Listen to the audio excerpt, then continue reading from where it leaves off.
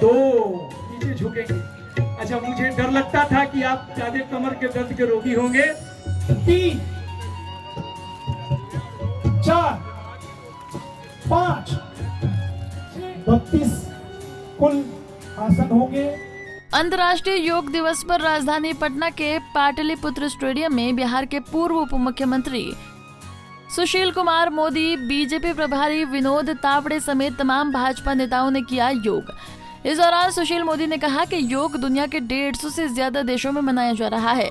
मैंने खुद नीतीश कुमार से कहा था कि जब आप खुद योग करते हैं तो क्यों नहीं स्कूल कॉलेज आम जीवन में योग को प्रचारित किया जाए, लेकिन नहीं पता क्या नीतीश कुमार जी की मजबूरी थी कि आज योग दुनिया के 150 से ज्यादा देशों में आज योग दिवस मनाया जा रहा है और स्वयं प्रधानमंत्री जी न्यूयॉर्क में यूनाइटेड नेशंस जो हेडक्वार्टर है वहाँ पर योग कर रहे हैं। तो ये नरेंद्र मोदी और पतंजलि योगपीठ के का योगदान है कि आज योग को पूरे विश्व के अंदर और भारत ने पहुंचाया है। तो ये नरेंद्र मोदी जी जब 2014 में अमेरिका गए थे और जब यूनाइटेड नेशंस को उन्होंने संबोधित किया था, उसमें उन्होंने आग्रह किया था कि 21 जून जो वर्ष का सबसे लंबा दिन होता है, उस दिन 21 जून को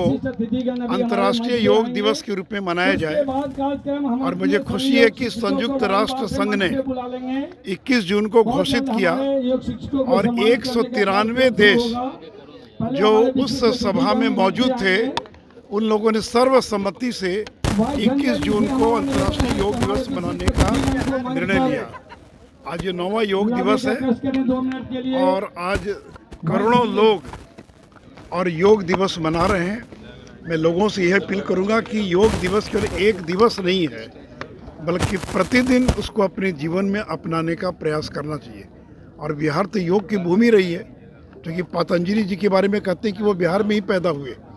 और जो मुंगेर योग आश्रम है वह दुनिया का सबसे पहला योग विश्वविद्यालय था और स्वामी निरंजनानंद जी और बाकी सभी लोगों ने तो योग के प्रचार प्रसार में बिहार योग विद्यालय का और बिहार का बहुत बड़ा योगदान है।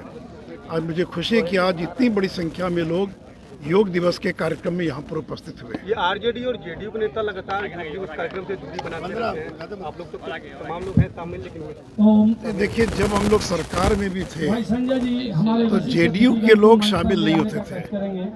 मैंने कई बार नीतीश जी से कहा कि जब आप खुद योग करते हैं तो क्यों नहीं स्कूल में, कॉलेज में और आम जीवन में योग को प्रचारित किया जाए। लेकिन पता नहीं क्या उनकी मजबूरी थी कि जब सरकार में भी थे तो कभी भी योग दिवस के कार्यक्रम में जदयू के लोग कभी शामिल नहीं होते थे। और मुझे ये कहा जाता था कि ऊपर से निर्देश है कि आपको कार्यक्रम में शामिल नहीं होना है। इसका देखिए राजनीति से क्या संबंध है, ये तो गैर राजनीतिक कार्यक्रम है। अगर दुनिया के 150 से ज़्यादा देशों में योग दिवस मनाया जा रहा है तो क्या वो बीजेपी का कार्यक्रम है या संघ परिवार का कार्यक्रम है? ये तो पूरी दुनिया को योग भारत की देन है।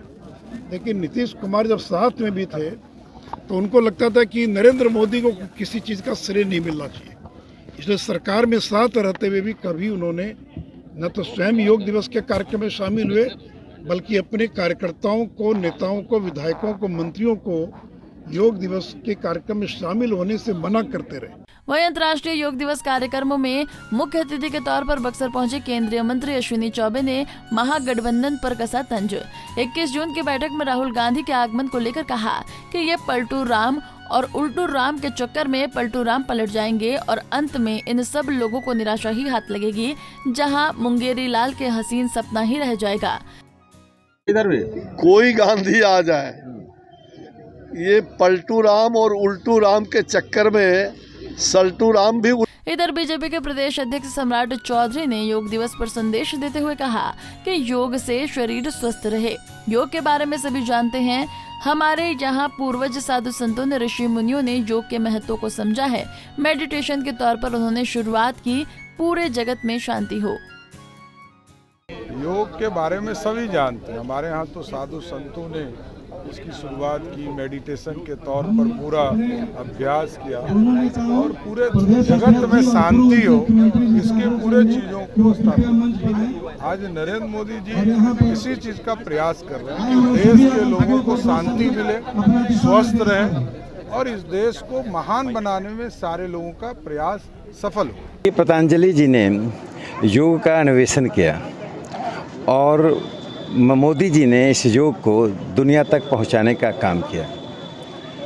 सबसे महत्वपूर्ण पक्ष यह है कि अपनी परंपरागत जीवन शैली के आधार पर, जिसमें योग बहुत ही महत्वपूर्ण स्थान रखता है, हम उन न्यूनताओं से और व्याधियों से बच सकते हैं जिसके कारण इस भौतिक युग में समस्त समाज ग्रस्त है। और ख़ास करके भारत के विपक्ष को योग करने की ज़रूरत है जिससे उनके वाणी और व्यवहार में संयम आए।